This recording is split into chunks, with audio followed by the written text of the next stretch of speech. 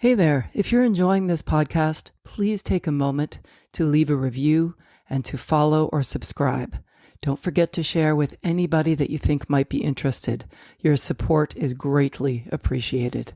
Word of mouth is incredibly powerful, and it's the best way for us to reach more people and grow this wonderful community. Thanks again for listening. Hey there. In today's excerpt from the coaching session, you're going to hear me talking to a playwright who talks about the loneliness of writing.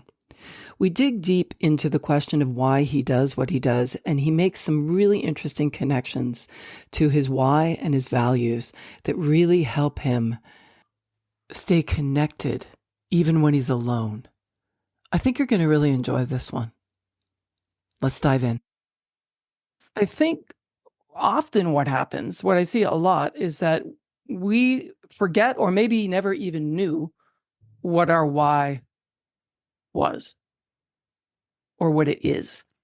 And I think when we connect back to why we do what we do, that reconnect with that, because it's there. You do know that. I mean, I do believe that you have the answers. If I were to say to you, why do you do what you do?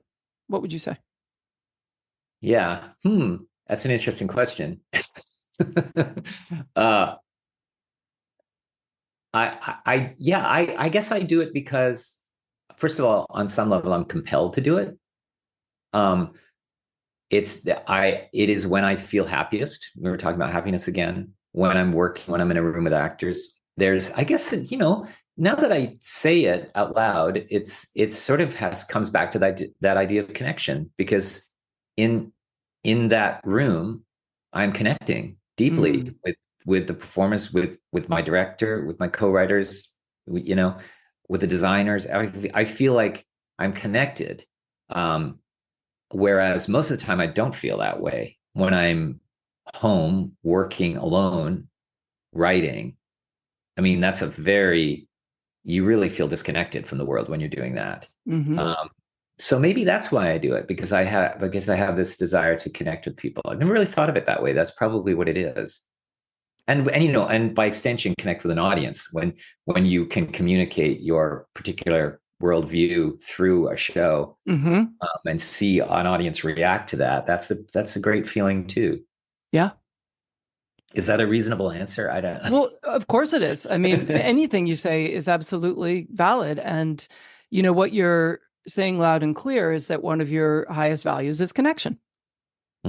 What stood out to me is when you mentioned that, yeah, I guess that's why I really like to do that. Like, you love being in the room, you love being with the people, you love seeing the reactions, but it's lonely when I'm writing. So I work with writers a lot, and that's a common thing. Yeah. But it's interesting because that's where the work is done.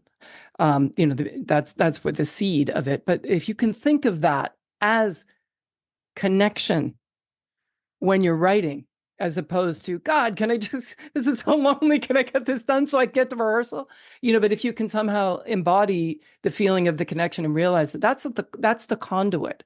It's not the only way you can get there. Just as the classes that your mom put you in was not the only way that you could overcome your shyness, but it's something now that, people feel connected to you. So imagine what the world is thinking. When you're in your room, people are going to be going, you can imagine, right? People, they don't know you're in your room, but they know it's not on stage yet. So maybe that would help fuel you to go, wow, no, by writing, I'm connecting, even though no one's reading it yet. That's great. Yeah. But that's absolutely true. If I could apply that same feeling of, okay, I am connecting. If you enjoyed this episode, I invite you to dive deeper into cultivating a life of creative possibilities with my new book, The Places Where There Are Spaces. It's filled with personal stories and insights to help you embrace living in the moment. You can grab your copy by following the link in the show notes or wherever books are sold. Let's keep the conversation going and growing.